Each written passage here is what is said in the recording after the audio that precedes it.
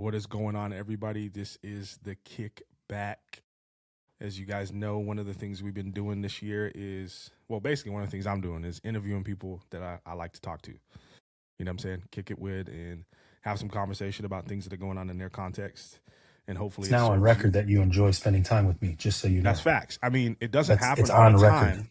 Doesn't happen all the time. You know what I'm saying? Right. Because you're kind of hard to get a hold of. But Agreed. you know, I'll just chalk it up to all the great work that you're doing over in Lansing. So, anyways, listeners, this is Patrick, one of the homies, as you can tell by the fact that he interjected while I was trying to intro. But it is what it is. So, Patrick, what's good? What's up, man? Happy to be here. Happy to have some time with you to talk and see where I you're mean, you at, could see have where more I'm at. time, but you know, you don't text back, so I could. I think I like the level that I'm at, that's crazy. you know? Just a little bit. Can't get too much. The thing is that you're going to try to say challenging things to me, and then you're just going to be reminded that I'll eat them. Those are fine statements. I'm okay with all of them, you know? Yo, that's facts. That is facts, bro. Well, bro, tell us who you are, where you're from, and most importantly, man, how did you come to know the Lord, bro? Hmm. So we're going back in time. Okay. Yeah, we are. We are. All right. I would say, for all intents and purposes, I grew up in a fairly comfortable home setting, a comfortable community setting. I would say most of my upbringing probably reflected pretty standard Midwestern suburban life in a lot of ways. Grew up in a home where a relationship with God was kind of at the center of everything.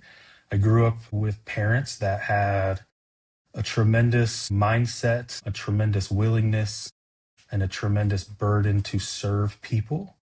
So to grow up in a house where your mom is the person who's always leading VBS, or dad is always the one who's going to help fix somebody's car or help people move or those types of things, the activation of faith was something that was always very much kind of at the center of who we were. My mom and dad were involved in a ton of ministries growing up. And so I think for me, a lot of that just felt very natural and it felt really comfortable. Much like a lot of people had a sinner's prayer experience in third or fourth grade. I don't think I really understood any of what that meant other than I got snacks, and your boy's just not going to miss a lot of opportunities to get some snacks. We know. Yeah, yeah. And so, I think for my childhood, it was a lot of that type of stuff. We went to church and we prayed and we served and we were looking for ways to, make that true in our community outside of just a Sunday church attendance. And then my family moved from the suburbs of Chicago to Michigan when I was in middle school. And I think for me, it was really kind of in that season where, you're leaving the church that you grew up in, you're leaving the body of people that, most of your faith expressions were tied to. And you're now in a new community. You've got new friends. You're trying to find a new church, those types of things. And I think for me, I was hesitant to a lot of it. I think I had some hurt that I didn't have language for as a seventh grader, that I think I was just sad that we moved. And I think I took that out on my parents in the way of becoming really resistant towards going to church or wanting to get involved in a youth group or any of those types of things. So kind of like seventh, eighth, ninth grade, again, I wasn't doing wild stuff or anything like that, but I don't think I was prioritizing anything holy. I don't think I was looking for any greater intimacy in my relationship with God. It just was something that was there, that I think I saw more of, like, hey, in the event that I die, at least I know that I'm going to go to heaven. That golden So, ticket. golden ticket, fire insurance, that type of idea is definitely kind of how I lived. And then in high school, I got plugged in and really, really involved with Youth for Christ ministry. There was a really robust campus life club that was at the school that I was attending high school. And really, just that became my place. That became my community. That became my friend group. That became the places where I was excited to grow. It was a place that I think for me, the biggest turning point was really mid high school, when I began to understand and realize that this was not a golden ticket situation. This was not fire insurance, but this is an ongoing walk. It's an ongoing relationship that God is just as much excited to be in as we are at that moment of like giving your life to Christ or something like that. And so campus life was huge for me. Youth for Christ was huge for me. small groups, trips, Bible studies, discipleship groups, all of that type of stuff really began to take hold in my life in high school. I graduated high school, wanted to didn't have a clue what I wanted to do. I spent the year volunteering with Youth for Christ.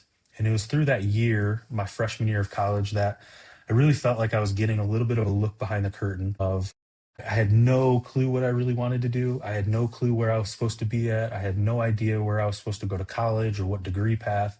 So I applied to a bunch of schools and I was like, man, statistically, I'm not going to get into all these schools.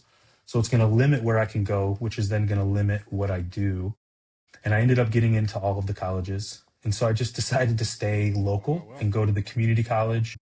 And it was through that year, like I said, I was volunteering with Youth for Christ. And that year, I really feel like God began to kind of peel back the curtain a little bit to be like, this is what I have for you. This life, this world, spending your life investing in and growing and seeing fruit come from high schoolers is really what I want. It's really what I want from you. It's what I have for you. And that's looked a million different ways, and I'm sure we could get into that, but that's a little bit of the background and where I'm from and where I'm at. That's dope. Random question. Those album covers you got back there, which one's your favorite? Well, I mean, listen, here's where like there's gonna be some whiteness come out, and that's okay. You're just gonna have to get over it. But the Beastie Boys have been, for my entire life, my favorite group of all time.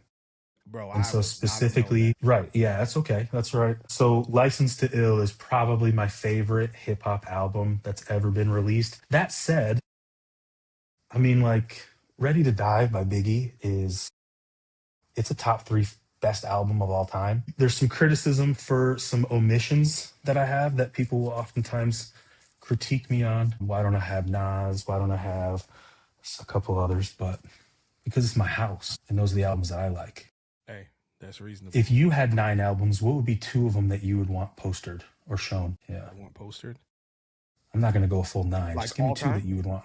Yeah. What are two Me albums that if personally? you were to have something Okay. similar, what would be two of them? Okay, so one of them is not hip hop at Yeah. all. Yeah. Coldplay X and Y. Okay. Listen to that as a 15-year-old, as a depressed 15-year-old, just didn't know that was the case. Yeah. And Coldplay honestly, wasn't the clue. facts. I mean, yeah. I look back now and I'm like, oh yeah, you was Coldplay at struggling, my 14, boy. 15. Struggling. I Right. actually read some of the lyrics at youth group last night. I was trying to make a point on identity, and I was like, yeah. Anyways, their Bang. lyrics out there. So Yep. yeah, definitely Coldplay X and Y, man. But and then it wouldn't really be an album, but low key, there's a genre of music called grime in the UK. Hmm. You know, Okay. Skepta, Wiley, all those Yeah. Yeah. guys. Yeah. Yeah. So they would do clashes, rap battles. We call them clashes. Lord of the Decks, Lord of the Mics. Maybe one of those covers. Those were like super formative for me. That The local most flair. I people like don't it. know about. Hmm. Yeah. So probably those two It's good. coming off the top of my head. Yep. All right, bro. So what are you getting into these days, ministry wise? What's the Lord got you building? Yeah. Yeah. Like I said, my freshman year of college, I volunteered with Youth for Christ. And I think it was the right answer for the right time. I think at the time I thought it was a forever answer and it did not end up being a forever answer. But that then me being a student of campus life ministries through Youth for Christ kind of it created in me this must be the specific vehicle that I'm going to be in as well. And so I went to Bible college because I thought, hey, God's calling me into ministry. I need to go get a degree in biblical studies, youth ministry, something like that, just because I didn't really have a ton of understanding of what that looked like. That just felt like the next natural best step. So I volunteer with YFC for 4 years when I'm in school. And then I'm home during Christmas break, my last year of school, and I sit down with the executive director of the local YFC chapter here in Lansing. He's my best friend's dad, so known them forever, super close. And I just started asking him questions about, hey, where's a campus life club in the area that needs some help? Maybe it's a maybe it's a female led club and she just needs a really strong guy that she can lean on to help, with the guys' relationships and stuff like that. And the answers that he kept giving me were the exact opposite things that I was asking. I kept saying, no, you don't understand what I'm saying. I just want to go somewhere that I can help. Like, where can I go help and support existing stuff that's happening? And he would respond to me by saying things like, well, it would help if you would lead this site over here on this side of town. And I'm like, nah, like you don't understand what I'm talking about. I just want to go somewhere and be a part-time, get my feet Yeah. wet and da da da da da. And he was like, no, I think you should go lead this ministry site over here. So 2008, kind of end of 2007, early 2008, I started with Youth for Christ as a campus life director at one of the West Side high schools. And a lot of what I'm doing now kind of started there because this district is in this weird sliver of West Lansing that really doesn't have much of an identity. It's not the inner city school district. It's not quite all the way a suburban school district. It's also not, it's not a fully, there's aspects of this district that are kind of rural on the north and south tips. So we just have this really interesting melding pot of student experiences, of student backgrounds across lines of race and socioeconomic levels and all sorts of things. It's the number two most diverse school in the entire state of Michigan. And Wow. so it's in this place that I'm really kind of cutting my teeth in relational evangelism, a relational ministry model. And so I'm building relationships with kids from kind of all over our area. And in this model, I'm learning so much about presence and I'm learning so much about being in long suffering relationships with kids over time and all of these types of things. But at the same time, I'm beginning to become aware of gaps. I'm beginning to become, simple things that at the time I thought were big things. And now I kind of have a much normalized view of them, but like food scarcity. Like I didn't have a huge frame of reference to understand that there's a lot of these kids that are coming to our Monday night meeting at 7 o'clock at night who have not had any food since their free lunch at school. Okay, I mean, you eat at 12, like it's 7.5 hours later, you probably had a sports practice, you probably had something after school, and now you're here at the youth meeting. And so I would have these conversations with the leadership of saying, hey, what do you think about having dinner? Like, can we provide food for these kids? And I'm just getting a lot of resistance and I'm running into a lot of roadblocks because when you're a part of a national model, you're kind of bound by what the national model does and what the national model doesn't do. Doesn't do. And so, like there's some growing discontent. I see that my picture is frozen. Am I frozen on your end, Jordan? You are, but you should just be able to keep talking because it records locally and then uploads. Okay. So let's see. So yeah, I mean, I'm seeing these gaps, and I want to do food, and it's a national model. You're kind of bound by some of the stuff that we do. I'm a little concerned that this isn't unfrozen. Oh, did someone call you? No, but I did get a text. That Let me go shouldn't ahead have and done it. just put everything into a do not DND, bro. disturb.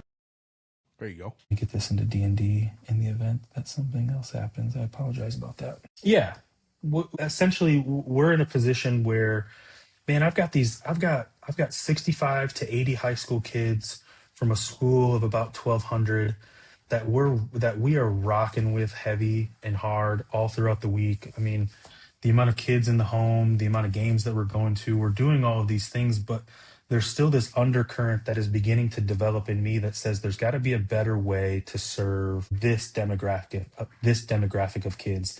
The school district that I started at, yes, it's the number two most diverse school in the entire state of Michigan. But what took place over the 9 years that I was doing campus life ministry there is that the school changed a lot. And it's because our community changed a lot. And it's because our local state or our local school districts in the inner city changed a lot. So you're seeing their borders kind of tighten up a little bit, which means that those schools that are on the border of that Lansing inner city school district, now their district is going further into the city. And so you've got all these interesting things that are happening. You've got a GM buyout in '08. You've got housing market crash. You've got all these types of systemic things that are happening to the point where you've got people who look like me walking through this same school and just kind of beginning to go, wow, kind of seems like the school's getting a little darker. There's some different flavors. There's I always knew that it was diverse, but it seems like it's moving towards that even more. And then at the same time, you marry that with the fact that there's a housing market crash, which means families that historically could never afford to buy homes in more affluent communities now can. So what you have is you've got a school that's changing, you've got a local community that's changing, and historically what people who look like me do in those two situations is they get out of there. They just leave in droves. I mean, white flight is a real thing. And so you've just got this ever changing district. You've got this weird school that's got this kind of sliver of West Lansing with no identity. And it's becoming, my group at least, we're becoming more and more of an inner city ministry without even trying to be that. That's just kind of who was there, and that's who was coming. And then as a result of just greater proximity, my heart is now beginning to break in different capacities. I think presence and proximity will breed empathy. And so now I'm caring about things that I never thought I was going to care about. A pivotal moment in that kind of vein would be the court case of trying to figure out whether the person who killed Trayvon Martin was going to be held accountable for those types of things. So I remember a Monday night, we've got a bunch of kids that, as we're wrapping stuff up, these five guys where I was going to give a ride home to, and they said, "Hey, they're going to release the verdict here in the next 20 or 30 minutes. Can we tune in and listen?" And I said, "Yeah, that's fine. Just, make sure that your parents know that we're going to be a little bit late." And so the verdict comes out and they choose to not indict and those types of things. And in an instant, I've got a boy next to me. His name is Juwan. And Juwan just stands up. He walks out of the room and he's kind of in the back hallway. And the sound that I can hear is unlike anything I've ever heard in my life. It's not crying. It's not yelling. It would probably just be best described as he was wailing. 16, 17-year-old high school kid just kind of pacing in the back of the hallway, wailing. And I go, okay, that's an interesting response. I was not necessarily anticipating. I think on my heart of hearts, I knew what the verdict or the outcome of the verdict was going to be. But now I'm sitting in a room with four or five black and brown kids who are responding to this in a way that I was not ready for. I've got one kid who's sitting next to me, Guillermo, and he says, "F and hate white people." And I go, "Amen." Appreciate it. And he immediately, like without even missing a beat, he just leans over. He goes, "No, no, no, I'm not talking about you. I'm talking about other people." Yeah, yeah, And yeah. I was like, "All right, I don't like that." Made me feel good, but I still don't know exactly what he meant by that sentiment. I don't understand why. Like, I understand Juwan is disappointed and discouraged and frustrated, but I don't understand wailing. I don't understand like true guttural response to injustice. It's new, and that for me, like, it set a fire under me to say, to the best of my ability in who God created me to be, I need to have a better understanding of that response.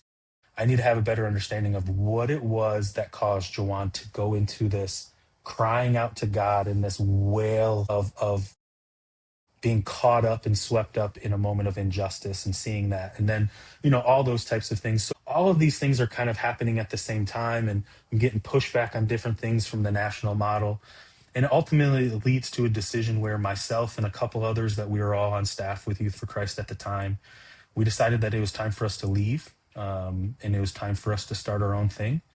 And so, in the fall of 2016, we launched an organization called Streets 517 Ministries that exists solely, solely to address the needs of young people growing up in the inner city of Lansing. It is not a suburban model that we're now trying to shoehorn to fit into inner city schools. It's something that was made with the inner city in mind. It was made and created, and it was something that was born, and kind of seeds were planted into all of us to make something that is in every form possible directly for this population of students that are oftentimes the most overlooked and oftentimes the most underseen. And so, yeah, as of today and since 2016, I have been the leader of an organization called Streets 517 in Lansing, Michigan. That's good, bro. That's good context too. Yeah. I think the first question that comes to I mind for also me is gave like, you a lot there if you wanted to pick up on any of that too. no, it's good, really good.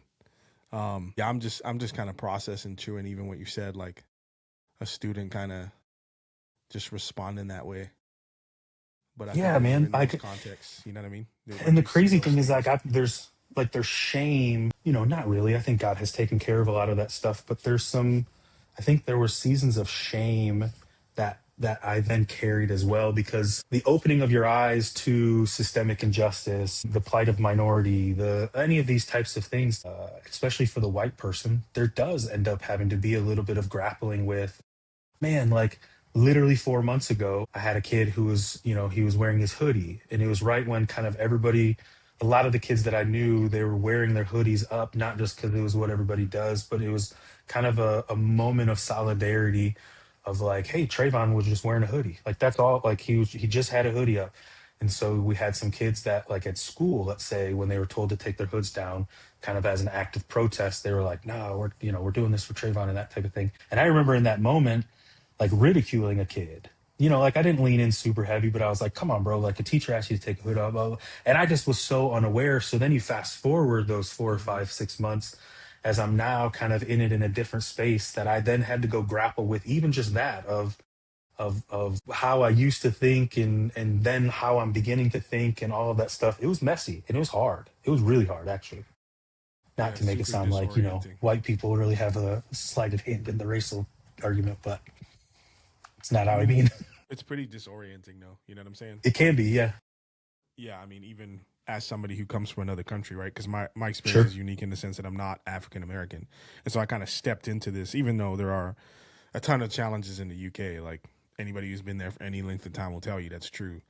It looks a little bit different, and so stepping into that here, seeing it here, when I became a Christian in like East Texas, which is white and conservative. That's what it is. And so a lot of the people that I spent the infantile years of my faith with were white conservative people, and they were wonderful to me. But then when stuff started hitting the fan, they started saying stuff that I was like, Yo. who are these people? Like, yo, Yeah, I man. was just at your crib hanging out with your family. Like, is this what you think?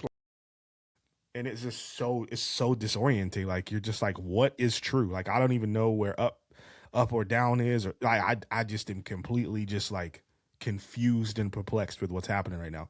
And I think that's what happened, right? It was such a unique time, like COVID, everybody's stuck in their houses, and then there's all this race stuff going on. It's just like, what the heck? And then even like with who's dying during COVID, all of that stuff, bro. It's just like absolutely insane.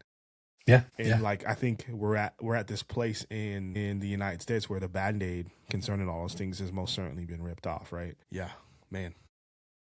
I guess the question I wanted to ask you as I'm thinking about what you're saying is, if you were going to point, what are some things that are unique about inner city that maybe somebody listening may not be aware of? Like what? Because you said like, yo, we have made this exclusively for inner city, and we are trying to solve those problems exclusively. We don't care about nothing else. These are the problems we're focused on.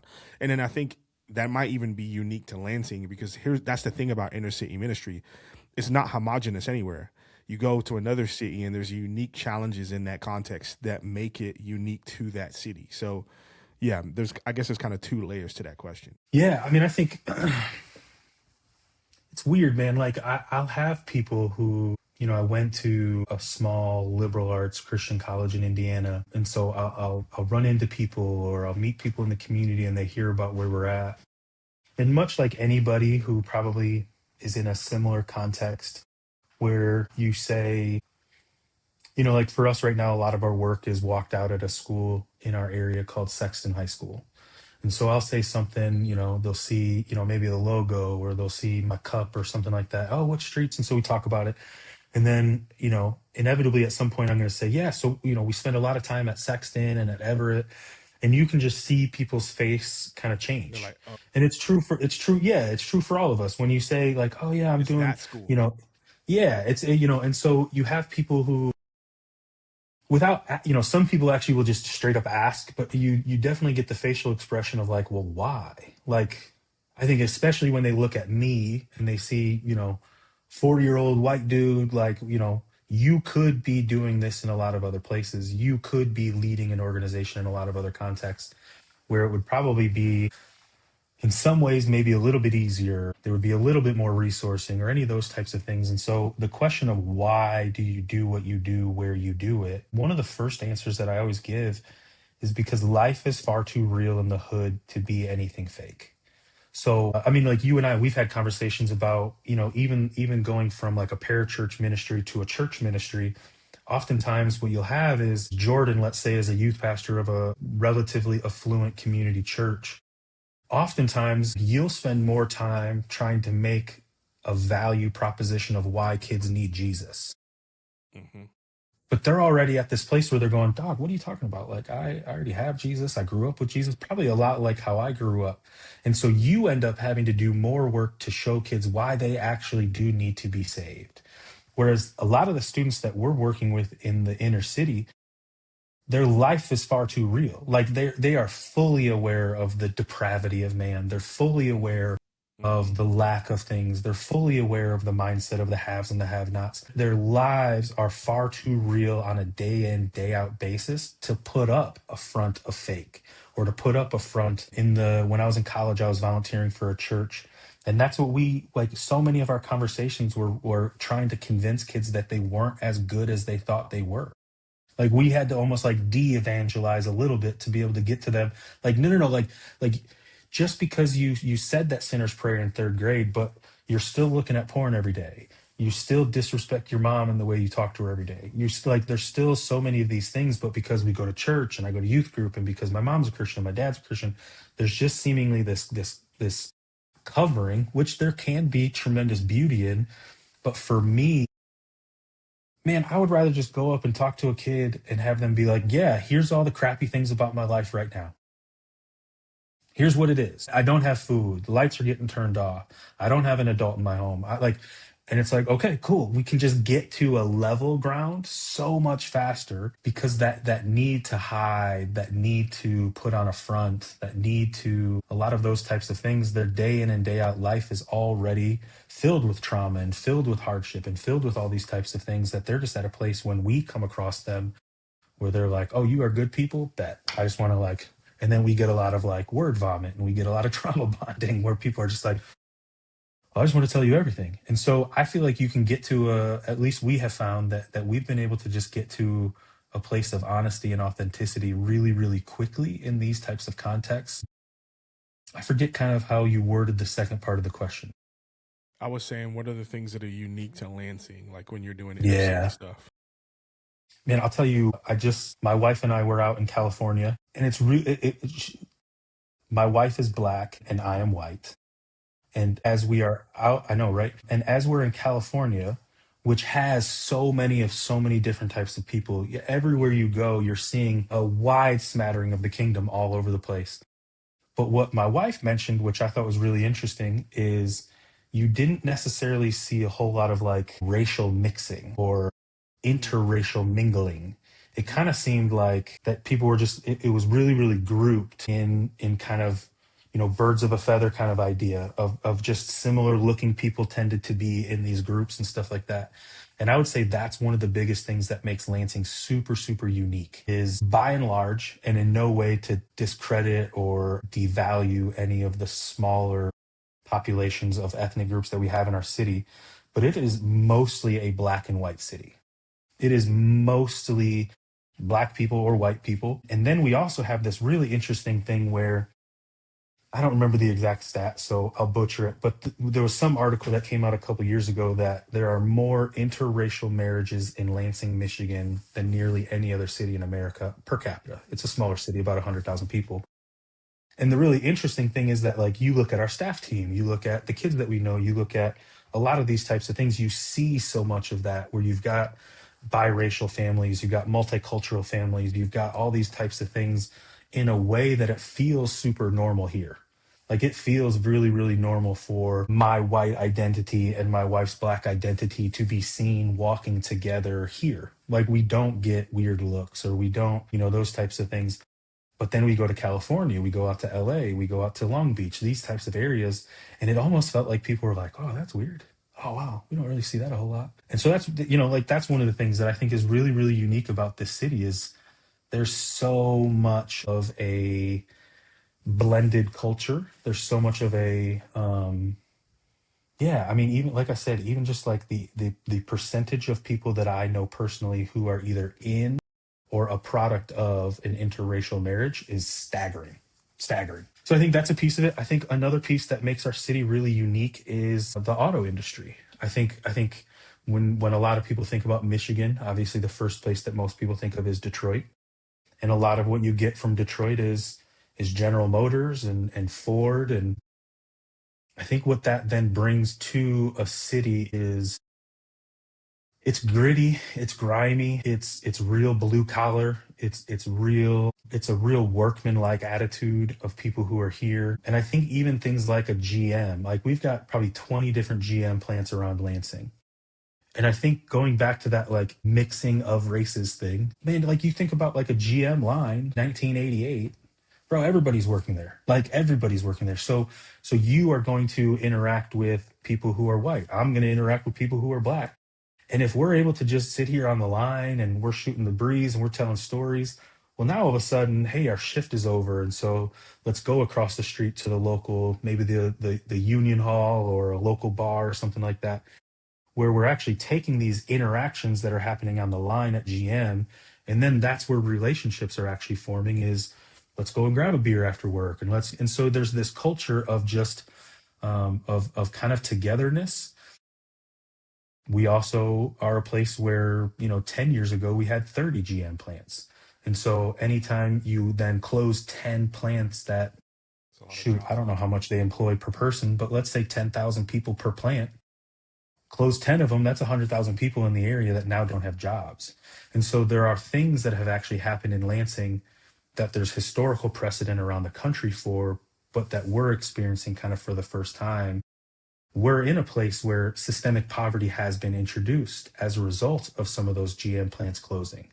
Well, any place where you see an increase of poverty, coming up right behind it, you're going to see an increase in uptick in violence. And so those are the places that we're currently living in. A lot of these big cities, man, they crossed that bridge in the 50s and the 60s and the 70s. It took a while for something like that to hit Lansing and to hit the state of Michigan. And so when we look at systemic poverty, when we look at systemic violence, these are actually kind of new things for our city to be grappling with and to be dealing with. I forget what was it like 2017 or 18, I forget what summer it was, but they talked about it being like the bloodiest summer in Chicago history or something like that.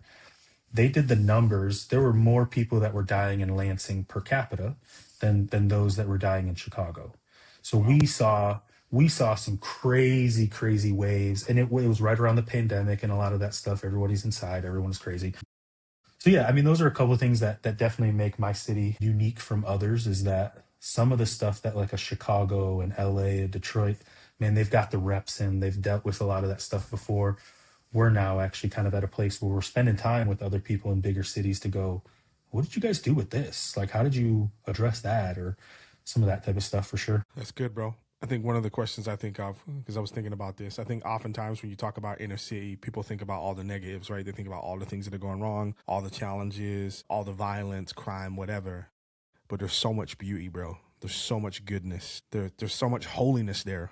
Like, you know what I'm saying? And so what are some of the beautiful things about where you live? What are some of the beautiful things that you're seeing God do in the lives of the young people that Mm. you're spending time with? And maybe even how is God teaching you through them? Because I think that's one of the most underestimated things. Like we think God's sending us there to go save people, and we realize these young people have like profound things to teach us. These families, Yeah. these moms that have been in these, you know what I'm saying, been in the same house for Come on, 50 man. years, you know what I'm saying? Right. So yeah. Yeah, I think in the same way of it's easy to allow yourself to think on the front end of something when you're creating something or starting something that you're taking God somewhere, that you're going to take Jesus to these people, you're going to take God to these people. And obviously that is inherently what is flawed about the American missions model. That's a different conversation. It is. I probably fell prey to that as well. I probably, in a similar way, I think I probably had some of that arrogance. I probably had some of that aura of just doing something that was completely new and all of that type of stuff. And it's a really humbling experience to think that you're taking God somewhere only to get to that place that you thought you were taking God, and that's actually where you find him. Like man, like we gotta get into the hood, and then all of a sudden you find out that the hood already has Jesus. Yep. Like you find out that like these churches that have existed in our context, and the term probably applies in most cities, I feel like, but like the south side of Lansing has some rich, robust, healthy. amazing churches. And so for me to be like, we're going to take the gospel to these places, and then you actually find the gospel for yourself in those places, it allows for you to be like, okay, so maybe I'm not as important as I want to think that I am. So that's a part of the beauty. The part of the beauty is the fact that God's already here. Part of the beauty is that God doesn't really need me. God does not need our organization. I'm honored that He's chosen to kind of co-labor and co-partner with us. But we could cease to exist tomorrow, and the south side of Lansing is going to be just fine. Mm, Like mm. It's good. that's a fact. Like south side of Lansing was here before Streets 517 was here. The south side of Lansing is going to continue to be here if we pack up shop and end tomorrow.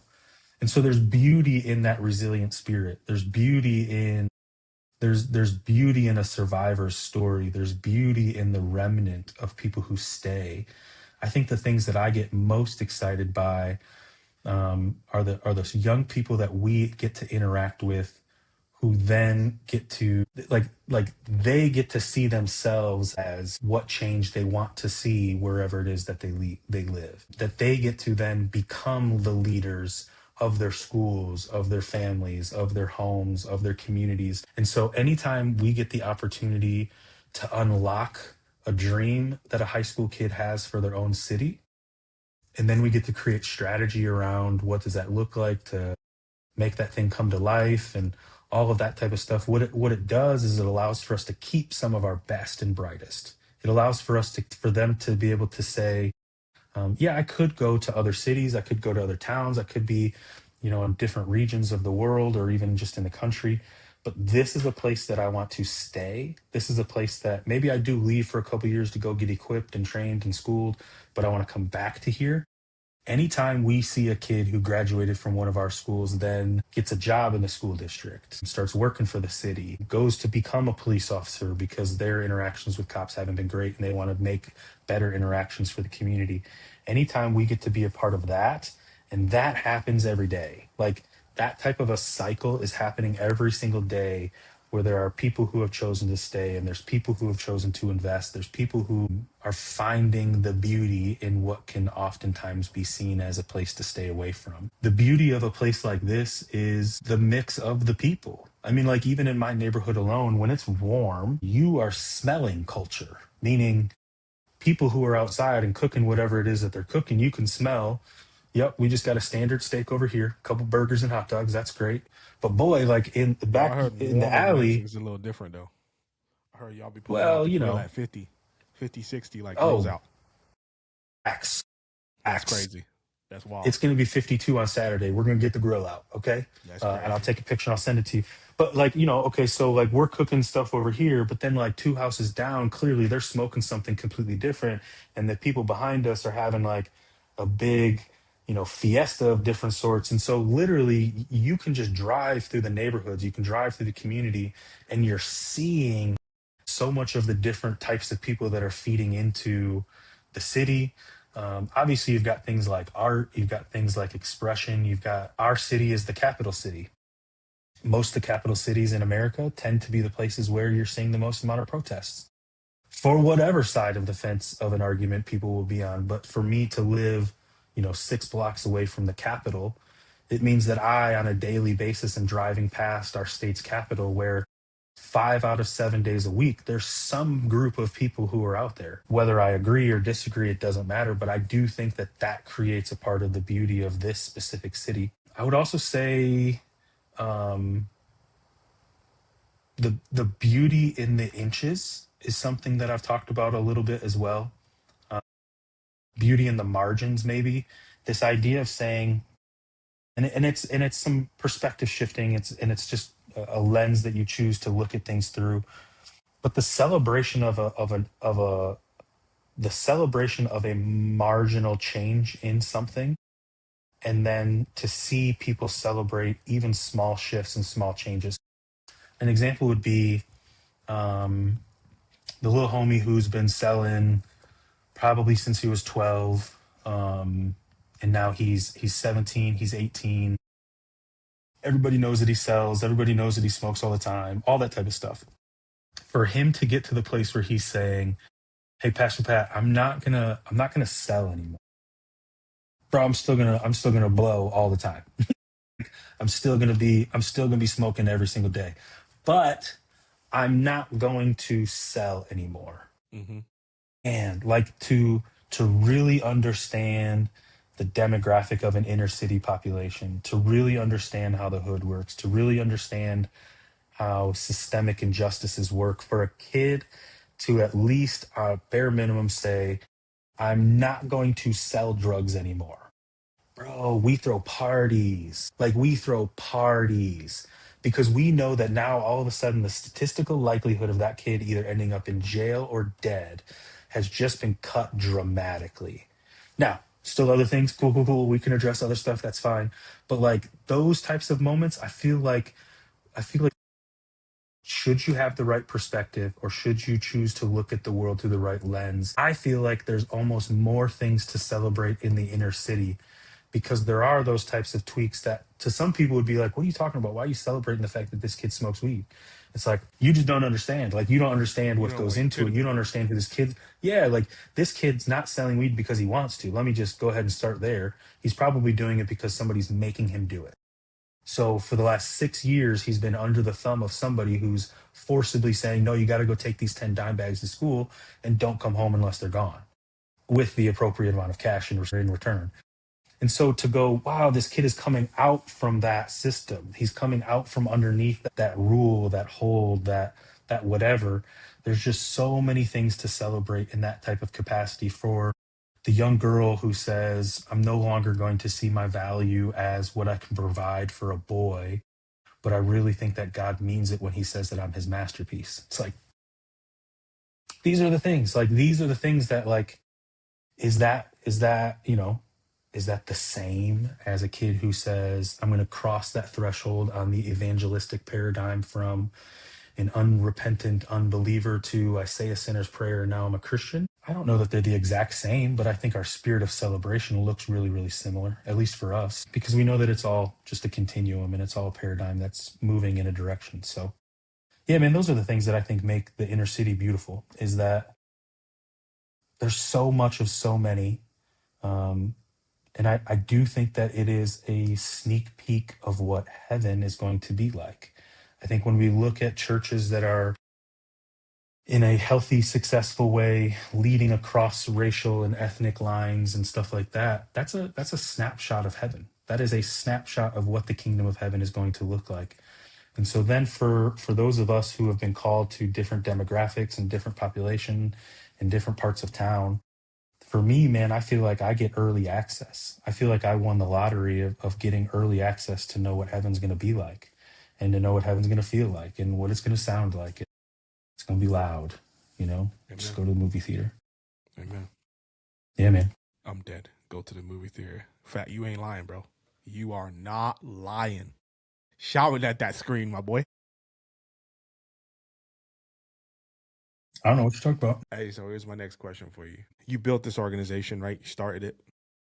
If you, knowing where you are now, you're going to start again tomorrow, or you were going to talk to somebody who was going to start something similar, what would be your words of wisdom to them as they step into a similar context to do a similar thing? Yeah, I think it would depend on who it is. So I'll give you kind of a two-prong answer. I think if it's somebody like me who is not from the space organically, who is not from the space in their own lived experience, my response to them would be much different than somebody who is coming up through the community, coming up through some of those certain systems and that type of thing. I think if it's somebody who is entering into things in a similar way that I was, it can't be understated how valuable it is to create an authentic presence in the community before it is that you want to start something. So what I mean by that is like, like people will talk to me all day long about whether it's the church, their org, their ministry, whatever it is, like, hey, you guys are in the schools. How have you been able to get such favor and find such favor in the schools? And what I'll tell people all the time is like, I can help you get into schools. Whether or not you stay is going to be based on you. And oftentimes, I want to catch people 6 months to a year before they want to get into schools. That would be my ideal time to like have these types of conversations. Because what I would tell them is, in the school paradigm, I would say, go spend time at that school for 6 months before you launch a single thing. If you want to do community stuff, maybe you're opening up a center right in the center of the hood, like just be in the community for 6 months to a year, longer than that if you can, but just have a naturalized, normal, authentic, real presence in that place before you get in there, because that's where you're going to really learn about the community. So again, the community center idea, spend time meeting all the neighbors in the community. Introduce yourself. Don't even tell them that you have anything that you want to do. Don't tell them about any of your dreams, your goals, because it just doesn't matter. Instead, just be a good neighbor for a little while.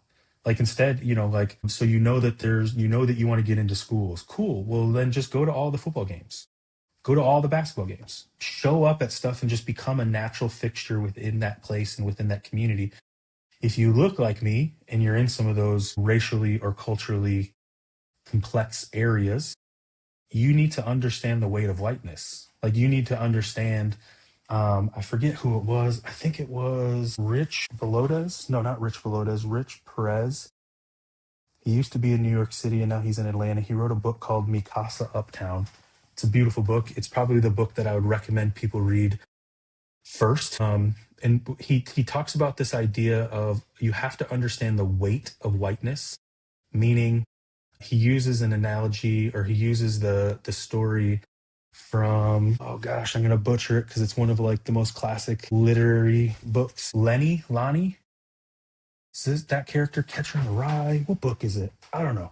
But he talks about, and he's really careful because what he's not wanting to do is he's not wanting to talk about majority culture people as if they have some sort of disability. But he uses this character from the book to say he loved animals, he loved rabbits, he loved cats, but he didn't understand his strength. So he would go to a friend's house and he'd be like, "Oh, you have a cat," and just not fully understand his own strength, his own weight. He would pet this cat so hard that the cat would end up dying or the rabbit would end up dying. And so Rich Perez kind of uses this as a way of thinking you can't just go in as the white person into the community thinking you're going to fix everything, thinking that you got all the answers, thinking you're going to do any of this, because we need to understand that we can actually choke stuff out just by us being there. Just by our very presence alone, and all of the complexity that happens in America along the lines of race and all that type of stuff, as well as the history of what white people have done in this country. We just have to walk in understanding that. It does not mean that we can't. It does not mean that we should be scared or whatever. But what it does mean is that we have to understand what we are bringing just by our own presence to the table. And so spend time in the community to normalize the fact that you're just a part of it, that you're not just in the community. What we see all the time is some parachute types of strategies where it's like, bro, I'm just going to pop in on Wednesday and do that one program and then I'm leaving and I'm getting back to my safe suburban community. If you're wanting to serve young people in this environment, you need to be of this environment to the best of your ability. I would say that if you're not living in the community, you probably need not serve that community. Now, if it's people who are kind of coming up in this environment, yeah, that's just whatever. Um, I think for people who are coming up in this community and they're coming up amidst all of the stuff, the recommendation that I would give to people who are of the community is to say, don't, I may at that point go a little bit more of a route of like a prophet isn't honored in their homeland type of an idea. Just, hey, you may need to understand the weight of you are a known entity in this community. You have a reputation in this community. So if you're going to try to come up through the center of the community, I think that's where character becomes one of the most important things, because everybody knows you and we've seen you since you were in third grade. And I still remember how you talked to my little sister at that eighth grade dance. And you just have all of this type of stuff where you really have to make sure that your character is in line, because you're a known entity, and anything that is known is going to feel safe to criticize and poke holes at and that type of stuff. And I think in either way, what I would recommend to anybody who's wanting to get into kind of this work in these types of spaces, make sure that you're doing it for the right reasons. And I think that's a tough thing. It's an easy thing to say. It's a tough thing to really kind of operationalize, because we may think that we've got the right reasons and then we realize we don't. And so I think in the mix of all of that's where we need to make sure that we're well rooted ourselves and that we're submitted ourselves to people, to a pastor, somebody who actually can like speak into what you've got going on, to be like, bro, that stinks. Like, you need to know, like, you smell when you do this. It's like, oh, I took a shower. I thought I was good. No, you're not good. Like, you got to check that. So I think there's some humility that's needed. There's some pride management that's needed. There's the need to walk the Christian life is what's needed. That's good, bro. That's really good. Yeah, Man, man. appreciate your time today, bro. To close us out, You what got I'd it. love to do is have you got a room of 50 urban youth workers in front of you, and you got 1 minute to encourage them as they go back out to do the work they're going to do. What would you say to them? And then you can pray to close us. Yeah, man. Yeah, you got it. What would I say to youth workers, specifically in the urban context? It's a great question. Yeah, I mean, I guess what comes to mind is the stuff that I say to our team, and I say to the men and women who work with us. And that's just simply like you are leading the future in every way imaginable. If you are leading young people in an inner city context, you are quite literally molding the future. Our friends at UIWI are real keen on their language around the amount of young people leaving the church every year, and the fact that all of the trends nationally are pointing to the fact that our country is becoming younger every single day. Our country is becoming more and more multi-ethnic every single day. And so if these are the things, then to the youth worker, that's your bag, bro. Like, you are there, you are shaping the future, you are molding the next generation of leaders. And it's oftentimes in the places that don't get the publicity. It's oftentimes in the places that feel the most obscure that God's going to do his greatest work. And so I would encourage these people to be encouraged that the God of the universe that took them this far didn't take them this far just to leave them, and that he has a big vision for the city. I think that that's something that I needed to be reminded of when I was starting, was that we serve a God who he loves the city. He loves the city. It does not mean that he loves the city more than the rural community or the suburban community, but it can oftentimes be forgotten that God loves the city. And so I would encourage them to, you are loving people that God loves. And oftentimes that's enough, is you're loving people who God loves, and just to not forget that. So let me pray. That's good, bro. Do it. God, thank you. Thank you for today. Thank you for the conversation with Jordan. God, I pray for every youth leader who is listening to this call or listening to this interview. I pray that they would be encouraged. I pray that they would see tremendous value in the place that they've been called to serve. I pray that they would adopt a lens to be able to pick up on the beauty of what their city is, that you would be kind to them in showing them where there is beauty. God, I do pray for the systemic things that plague our cities. I pray against violence, and I pray against racism, and I pray against any injustices that our students have to deal with. God, would you make yourself new? Would you make yourself fresh? Would you shine your face upon the people who are serving your young people that you care about a lot? And would you just keep a close grip on the leaders, that they know that they can come back to you, that they can stay with you, and that ultimately you're going to make their path straight? God, we love you a whole lot. Amen. Amen. Appreciate you, bro. Appreciate you You spending got the it, man. time today. And hopefully, we'll talk again in the not too distant future, maybe, Yeah, maybe six, not. 8 months or so, something like that. Yeah. Hey, to everybody listening, man, we appreciate you. As we always say, it's the beginning of the conversation, not the end. Questions, comments, concerns, hit us up. You know where to find us. We love you. Yes, We'll sir. talk to you soon. Peace.